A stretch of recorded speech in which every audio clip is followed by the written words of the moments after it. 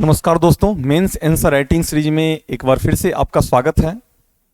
तो ऑब्वियस ही बात है, ये हमारा सीरीज जो है बैक टू बैक कैसे आप मेंस के आंसर राइटिंग को इम्प्रूव करेंगे उसको लेकर के हम लोगों ने अलग अलग सब्जेक्ट का यह सीरीज स्टार्ट किया है। तो इस सीरीज को मैं स्टार्ट करूं उससे पहले जो हमारे डेस्टिनेशन आईएएस का एक अनाउंसमेंट है, मैं पहले उस पर बात करना चाहूँगा। क्योंकि मेंस की बात कब होगी? जब हम लोग प्रीलिम्स क्वालिफाई करेंगे। जैसा कि मैं सभी क्लास में कहता हूं, प्रीलिम्स निकालना बहुत बड़ी बात नहीं है, लेकिन नहीं निकलना बहुत बड़ी बात हो जाती है।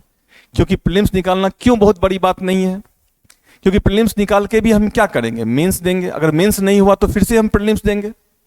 मेंस क्वालिफाई कर गए, इंटरव्यू देंगे। अगर इंटरव्यू नहीं हुआ तो फिर से हम प्रीलिम्स देंगे। इंटरव्यू हो गया तो हम लोग फिर से छट गए, फिर तो प्रीलिम्स का मौका नहीं आएगा। इसलिए प्रीलिम्स निकालना बहुत बड़ी बात नहीं है। प्रीलिम्स के बाद भी 2 स्टेजेज और हैं आपके पास, लेकिन नहीं निकलना ये बहुत बड़ी बात है। अगर प्रीलिम्स आपका नहीं निकलता है तो फिर हम मेंस के लिए ही एलिजिबल नहीं हो पाएंगे। तो ऑब्वियस सी बात है, प्रीलिम्स एक चैलेंजिंग टास्क हो गया है न्यू ट्रेंड में कुछ बच्चों के लिए। कुछ बच्चे तो इजीली क्रैक कर जा रहे हैं, क्वालिफाई कर जा रहे हैं प्रीलिम्स आसानी से। इनफैक्ट उनका स्कोर कुछ अधिक ही होता है जो एवरेज स्कोर्स है। तो कुछ बच्चों के लिए चैलेंजिंग हो गया। तो उसी चैलेंज को देखने के लिए destination IAS prelims crash course 100 days का एक क्रैश कोर्स स्टार्ट किया है, जिसमें आपको कंप्लीट कोर्स होगा। और इस कोर्स में क्या क्या चीजें होंगी मैं उस पर भी डिस्कस करूंगा। लेकिन इस कोर्स का नाम दिया गया है प्रतिष्ठा। और ऑब्वियस सी बात है, प्रतिष्ठा प्रीलिम्स क्वालिफाई करना हमारे प्रतिष्ठा से जुड़ा हुआ मुद्दा होता है। उसी पॉइंट ऑफ व्यू से यह कोर्स है आपका प्रतिष्ठा, और यह आपके प्रतिष्ठा को बचाएगा। दोस्तों, प्रीलिम्स एग्जाम को अगर आप देखें साइंटिफिकली और एनालाइज करें तो प्रीलिम्स एग्जाम जो होते हैं एमसीक्यू बेस्ड टेस्ट होते हैं, मल्टीपल चॉइस क्वेश्चन होते हैं। अब माइनस मार्किंग भी हो गया है। ये कंप्लीटली आपका एप्टीट्यूड टेस्ट है, एप्टीट्यूड के फॉर्म में होता है। एप्टीट्यूड और ये जो हमारा प्रतिष्ठा सीरीज है, इसमें हम लोगों ने इसी एप्टीट्यूड को कंसीडर किया है। तो सबसे पहले एप्टीट्यूड टेस्ट होता है, तो एप्टीट्यूड के बारे में आपको जानना चाहिए। एप्टीट्यूड होता क्या है? Prelims exam all about your aptitude test. Aptitude का अर्थ ही होता है how acquire the knowledge from different source. Ability to acquire the knowledge means हमें नॉलेज को एक्वायर करने की हमारे अंदर क्या एबिलिटी है, and apply them right time right place in right way. और उसको हम किस तरह से सही समय पर सही स्थान पर सही तरीके से उपयोग करते हैं, इसको एबिलिटी कहा जाता है, एप्टीट्यूड कहा जाता है। फिर से मैं रिपीट कर रहा हूं, एप्टीट्यूड का मीनिंग है ability to acquire the knowledge and apply them right time right place in right way. तो ऑब्वियस ही बात है, प्रतिष्ठा में हम लोगों ने इसको साइंटिफिकली एनालाइज किया है। ये जो आपका प्रीलिम्स एग्जाम है, यह बेसिकली एप्टीट्यूड टेस्ट है। और एप्टीट्यूड टेस्ट में 2 पार्ट, अभी जो मैंने डेफिनेशन बोला है इसमें 2 पार्ट है। पहला पार्ट 1, पार्ट ए कहता है क्या? Ability to acquire the knowledge. Acquire the knowledge means क्या? सिलेबस प्रीलिम्स का क्या है, न्यू ट्रेंड में हमें कैसे चीजों को पढ़ना चाहिए, कैसे चीजों को छोड़ना चाहिए, ये सारी चीजें होंगी 100 डेज के क्रैश कोर्स में। 100 डेज का यह हमारा पैकेज होगा। कंप्लीट यह पैकेज है जो आप इसमें क्या पढ़ेंगे क्या छोड़ेंगे। क्योंकि एप्टीट्यूड का पहला पार्ट है ability to acquire the knowledge. उस नॉलेज को एक्वायर में हम लोग आपको यह हेल्प करेंगे। फिर दूसरा पार्ट होता है apply them right time right place in right वे। सही समय पर सही स्थान पर उसको क्या करना है? अप्लाई करना है, यूज करना है। तो दूसरे पार्ट पे भी हम लोग काम करेंगे। हो सकता है आपके पास सिलेबस आपका प्रिपेयर हो, नॉलेज आपके पास अच्छा हो, लेकिन एग्जाम हॉल में कुछ ऐसे मिस्टेक्स हुए हो, कुछ ऐसी गलतियां हुई हो जिस कारण से आपके 1 मार्क्स 2 मार्क्स या 4 मार्क्स 5 मार्क्स कम हो गए हो, या फिर कुछ ऐसा आप में मिसिंग है जिस कारण से आप एग्जाम हॉल में अच्छा परफॉर्म नहीं कर पा रहे हैं। तो दूसरा पार्टी है अप्लाई करना अपने नॉलेज को। तो इसको लेकर के भी हम लोगों ने बहुत ही साइंटिफिकली चीजों को डिजाइन किया है। साइंटिफिकली किस फॉर्म में? जो जनरल एमसीक्यू टेस्ट होता है ये तो हमारा पार्ट होगा ही, टेस्ट सीरीज के अलग अलग level, sectional, NCERT based, comprehensive और बहुत सारी चीजें। साथ ही साथ इंडिविजुअल्स, हर एक स्टूडेंट का हम लोग क्या करेंगे यहाँ पे, उनके क्वेश्चन टेस्ट के साथ जो उनका मार्क्स आएगा, उनके मार्क्स के बेस पे उनका शॉर्ट एनालिसिस करेंगे। ये शॉर्ट एनालिसिस एक मैनेजमेंट का टर्म है, उसको हम लोग यहाँ पे यूज करेंगे। शॉर्ट एनालिसिस का प्रयोग ही होता है किसी भी संस्थान के बेहतर परफॉर्मेंस के लिए। और ऑब्वियस ही बात है, इस टेक्निक को हम लोग इंडिविजुअल लेवल पे अप्लाई करेंगे, किसके लिए? उसके बेस्ट परफॉर्मेंस के लिए। शॉर्ट का फुल फॉर्म समझिए क्या होता है, क्या हम लोग इसमें करने वाले हैं। आप जब टेस्ट देंगे तो आपका इवैल्यूएशन के साथ साथ और क्या क्या चीजें होंगी, तो उसमें देखेंगे आपका स्ट्रेंथ। हो सकता है किसी बच्चे का हिस्ट्री अच्छा हो, किसी बच्चे का ज्योग्राफी अच्छा हो, किसी बच्चे का इकोनॉमिक्स अच्छा हो, किसी बच्चे का दोनों सब्जेक्ट अच्छा हो, दो सब्जेक्ट अच्छा हो, कोई एक पार्ट वीक हो। तो दो सब्जेक्ट अगर अच्छा है तो हम लोग एनालाइज करेंगे कौन कौन से पार्ट आपके बेस्ट है। तो ऑब्वियस ही बात है, वहां पे हमें क्या करना, 100% स्कोर करना। तो स्ट्रेंथ पार्ट आपका वहां पे सर्च किया जाएगा, जो आपका स्ट्रेंथ क्या है, आपके मजबूत पक्ष क्या है। फिर टेस्ट के बाद आपका जो है वीकनेस, किस पार्ट, कौन सा पार्ट आपका वीक है, बार बार जहां आप गलती कर रहे हैं। क्या किसी टॉपिक के साथ कोई ऐसा पोर्शन है जो आप गलत कर रहे हैं, या कोई सब्जेक्ट ऐसा है जहां से आपकी गलतियां हो रही हैं। तो इस तरह से उसके वीक पार्ट को हम लोग साइंटिफिकली एनालाइज करेंगे और आपके साथ डिस्कस करेंगे, ये पार्ट आपका वीक है, इसके लिए हमें ये काम करने की जरूरत है, और इसके लिए आप हमारे साइड से ये उपलब्ध होंगे आपको कंटेंट मटेरियल क्लासेस, और आपके साइड से ये करना है। तो ऑब्वियसली बात है, वह वीक को भी हम लोग क्या करेंगे, वीक पार्ट के इफेक्ट को जो एग्जाम में प्रभाव होता है उसको हम लोग मिटिगेट करेंगे, उसको मिनिमाइज करेंगे। फिर देखेंगे अपॉर्चुनिटीज, कुछ अपॉर्चुनिटीज भी होंगे, कहीं कुछ ऐसे सब्जेक्ट है जो कि आपका अच्छा है, लेकिन कुछ ऐसे रीजन है, कुछ ऐसे चीजें हैं जिसको आपने नहीं पढ़ा, जिस कारण से वहां पे आप गलत कर रहे हैं। तो वो एरिया आपके लिए अपॉर्चुनिटी का एरिया है। उस अपॉर्चुनिटी के एरिया को हम लोग सर्च करेंगे जहां से हम लोग क्या करें, अधिक से अधिक स्कोर को बढ़ा पाए अपॉर्चुनिटी के एरिया से। फिर एक होता है थ्रेट्स, वो एक ऐसा सेक्शन होगा जो आपके लिए हमेशा से चुनौतीपूर्ण रहा है। हो सकता हुआ साइंस हो सकता हुआ ज्योग्राफी हो सकता हुआ करंट अफेयर्स हो सकता हुआ हिस्ट्री हो, कुछ भी हो सकता है, व्हाटएवर। तो उस थ्रेड्स के एरिया को भी हम लोग क्या करेंगे, एग्जाम से पहले ही आइडेंटिफाई कर लेंगे, और उसके ऊपर भी इस तरह से हम लोग काम करेंगे जो चीजें क्या हो, वह हमारे लिए हमारे कंट्रोल में हो, और इतना स्कोर हम करके जाएं जिससे कि हमारा प्रीलिम्स हो जाए। प्रीलिम्स में कभी टॉप नहीं किया जाता है, प्रीलिम्स को केवल क्वालिफाई किया जाता है, ध्यान रखिएगा, क्योंकि प्रीलिम्स केवल एक गेट पास है। तो इस तरह से यह प्रतिष्ठा कार्यक्रम हमारा जो है वह एप्टीट्यूड टेस्ट कार्यक्रम है, और एप्टीट्यूड के दोनों ही dimension, ability to acquire the knowledge उसके ऊपर काम होगी, और अप्लाई उसके एप्लीकेशंस एस्पेक्ट पे, जो एप्लीकेशंस क्या होगा उसके ऊपर काम होगी। तो प्रीलिम्स इंपॉर्टेंट होता है, तो इस प्रीलिम्स के इंपॉर्टेंस को ध्यान रखते हुए ही हम लोगों ने इसको डिजाइन किया है। और अब प्रीलिम्स के लिए बहुत टाइम नहीं है, प्रीलिम्स पे आपको काम करने की जरूरत ही है। और इसमें अब आपके पास प्रश्न होगा, ये कब से स्टार्ट हो रहा है? तो यह हमारा 1 मई से स्टार्ट हो रहा है, 21 मई से यह स्टार्ट हो रहा है। यह ऑफलाइन ऑनलाइन दोनों ही मोड में है, दोनों ही मोड में यह उपलब्ध है। ऑफलाइन का फीस है 6000, ऑनलाइन का फीस है 1499। और इसके संबंध में डिटेल्ड इंफॉर्मेशन नंबर दे रखा गया है 9135 4x073, और 4x074 से आप क्या कर सकते हैं, विशेष इंक्वायरी ले सकते हैं। तो ये हमारा एक इंफॉर्मेशन था जो प्रीलिम्स के रिगार्डिंग था। बेसिकली यह सीरीज मेंस के लिए है, तो ऑब्वियस ही बात है मेंस भी कब, जब प्रीलिम्स क्वालिफाई करेंगे, लेकिन मेंस के लिए अभी से हमें काम करने की जरूरत है। तो उसी को ध्यान रखते हुए यह सीरीज आप लोगों को उपलब्ध कराया जा रहा है। पर डे है, अलग अलग सब्जेक्ट के टीचर के द्वारा अलग अलग तरह, अलग अलग अप्रोच के साथ मेंस के जो स्टूडेंट्स हमारे जो होते हैं, जो आंसर लिख के भेजते हैं, उसी का इवैल्यूएशन आप लोगों के साथ लाइव दिखाया जाता है। तो आइए देखते हैं आज के हमारे क्वेश्चंस क्या है मेंस में, और इसको इस बच्चे ने किस तरह से लिखा है, क्या इसमें कुछ कमी है, कुछ इसमें वैल्यू एडिशन होना चाहिए, परफेक्ट है। तो देखते हैं क्वेश्चन क्या है यह। आइए क्वेश्चन पे अगर हम लोग बात करें तो मैं थोड़ा स्क्रॉल कर दूं, इसको साइज बड़ा हो जाएगा। On the basis of raw materials, question कह रहा है, लगता है बीपीएससी प्रीलिम्स में मेंस में पूछा गया क्वेश्चन है यह। On the basis of raw material divide Bihar into forest based industries, agro based industries and mineral based industries. Substance your answer with near sketches, means आप इसको मैप के साथ क्या करें, अपने आंसर को दें। तो on the basis of raw material, कच्चे माल के आधार पर बिहार के वन आधारित उद्योग, कृषि आधारित उद्योग और खनिज आधारित उद्योगों में विभाजित कीजिए, और उन उद्योगों की अवस्थिति को दर्शाने वाले स्वच्छ रेखा चित्र, मीन्स एक स्केच बनाइए, और अपने उत्तर की पुष्टि कीजिए। देखिए यह मेंस का क्वेश्चन है, और यह फुल लेंथ क्वेश्चन है, और बहुत इंटरेस्टिंग क्वेश्चन है। इस क्वेश्चन में 3-4 पार्ट है। पहले हम लोग देखते हैं इस क्वेश्चन में कितने पार्ट हैं और किस तरह से आपको इस क्वेश्चन को डील करना चाहिए। पहला है कच्चे माल के आधार पर, on the basis of raw material, Bihar को वन आधारित उद्योग, वन आधारित उद्योग क्या क्या हो सकते हैं on the basis of raw material. फिर कृषि आधारित उद्योग, एग्रीकल्चर आधारित उद्योग क्या हो सकते हैं। फिर खनिज आधारित उद्योग में विभाजित कीजिए, मीन्स इस कच्चे माल के आधार पे on the basis of raw material there are 3 types of industries which are demand of our question. पहला है फॉरेस्ट वन आधारित उद्योग, एक पार्ट है। दूसरा पार्ट है कृषि आधारित उद्योग, दूसरा पार्ट है। और तीसरा पार्ट है खनिज आधारित उद्योग। 3 पार्ट में, 3 पार्ट में डिवाइड कीजिए और उन उद्योगों की अवस्थिति को दर्शाने वाले एक स्वच्छ रेखा चित्र के द्वारा अपने उत्तर की पुष्टि कीजिए। यह क्या है? यह दूसरा पार्ट है क्वेश्चन का।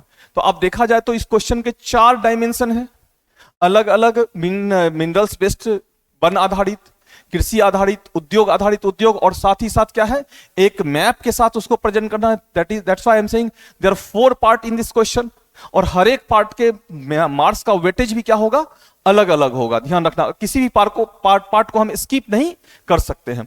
अब आइए देखते हैं इस बच्चे ने क्या लिखा है और कितना यह सही है, क्या इसमें कुछ और चीजें जुड़नी चाहिए या यह परफेक्ट है।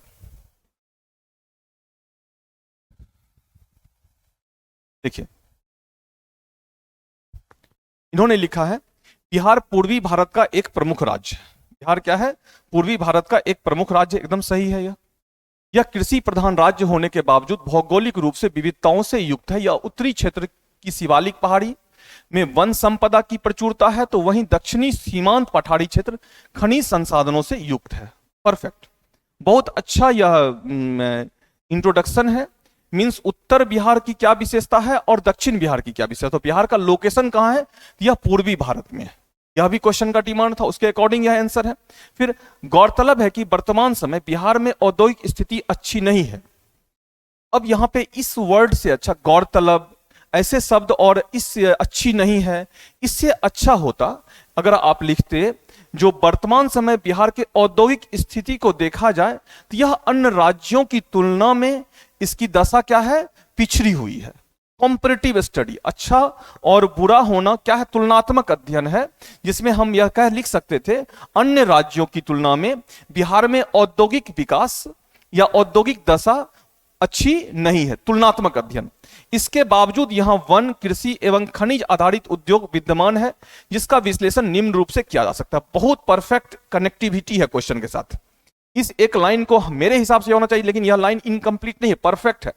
गौरतलब है कि वर्तमान में बिहार में औद्योगिक स्थिति अच्छी नहीं है। सही है, मैंने बोला तुलनात्मक अन्य राज्य की तुलना में अच्छी नहीं है, यह एक वर्ड यूज होता केवल। लेकिन उसके बाद जो इन्होंने कनेक्ट किया है, इसके बावजूद मीन्स पॉजिटिव, यह दिखा रहा है अच्छी नहीं है, लेकिन उसके बाद भी हमारे यहां डेवलपमेंट होता है। तो मेंस में आंसर राइटिंग में optimistic way of answer writing होना चाहिए, आशावादी तरीके से लिखना चाहिए, पॉजिटिव थिंग्स होना चाहिए। यहां पे यह नहीं लिखा हुआ है बिहार औद्योगिक रूप से काफी पिछड़ा हुआ है, बहुत सारी समस्याएं, ये नहीं है वो नहीं। इन्होंने बहुत सकारात्मक तरीके से इसको डील किया है। इसमें क्या किया है? इसके बावजूद यहां वन, कृषि एवं खनिज आधारित उद्योग विद्यमान है, जिसका विश्लेषण निम्न रूप से किया जाता है। परफेक्ट, बहुत अच्छा इंट्रोडक्शन है यह, गुड। इस इंट्रोडक्शन को हम लोग गुड इंट्रोडक्शन की कैटेगरी में रखेंगे। इसमें एक कमी जो मुझे दिख रहा है वह है यहां पे इंडिया के मैप पे इसको प्रेजेंट करना था, लोकेशन ऑफ बिहार को, और उसको सेट करना था नदन पार्ट को शिवालिक रेंज के एरिया को, और सदर्न पार्ट के झारखंड से मिलता हुआ क्षेत्र जो है उसको खनिज के दृष्टिकोण से अलग अलग इंडिकेटर से। अगर इसको डॉट लाइन से सेट करते हैं तो इसको क्रॉस लाइन से सेट करना था। तो इससे क्या होता, हमारा आंसर जो है मैप के साथ वह प्रूफ होता, क्योंकि यहां पे रेखा चित्र, स्वच्छ रेखा चित्र, मैप को फोकस किया है, क्वेश्चन का पार्ट बनाया है। जनरली मैप को क्वेश्चन का पार्ट नहीं बनाया था, मैप हम लोग अपने आप आंसर को प्रूफ करने के लिए दे रहे हैं। लेकिन यहां पे चूंकि मैप को क्वेश्चन का पार्ट बनाता, इसलिए हम लोग अधिक से अधिक मैप को यूज करेंगे। इस इंट्रोडक्शन के बाद एक मैप होता तो चीजें और बेहतर होती। चलिए आगे देखते हैं इन्होंने क्या लिखा है। पहले से स्टार्ट कर, सीधे सीधे क्वेश्चन पे आ गया है, आंसर पे। एग्जैक्टली ऐसा होना ही चाहिए। वन आधारित उद्योग, जो वन आधारित उद्योग होंगे वह क्या है? बिहार के उत्तरी पर्वत पदीय एवं दक्षिणी पठारी क्षेत्र में वनों का अधिकांश विकास हुआ है, जैसे पश्चिमी चंपारण, कैमूर, रोहतास आदि। मध्य बिहार में भी वन आधारित उद्योग का विकास हुआ है। इसके प्रमुख उद्योग हैं फर्नीचर उद्योग, कागज उद्योग, लाख उद्योग। एग्जैक्टली यहां पे इन्होंने सही दिया है, लाख उद्योग। कहां कहां है वह लोकेशन दिया है।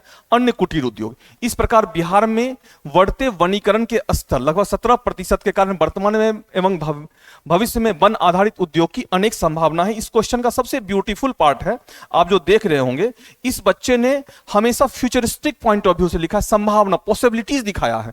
मींस ये तो स्टेटस है, और इस स्टेटस में जो है ये जो वन आधारित उद्योग है, चूंकि फॉरेस्ट कवर एरिया बढ़ रहा है, इसलिए भविष्य में इसकी संभावना क्या है, अच्छी है।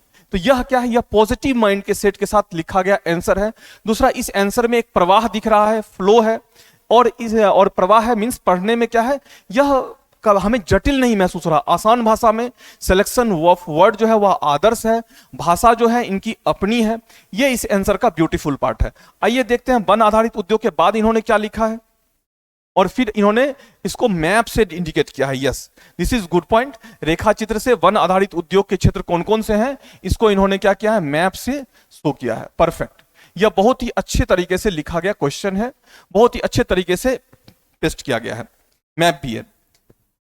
दूसरा है कृषि आधारित उद्योग। आइए देखते हैं कृषि आधारित उद्योग में क्या होगा।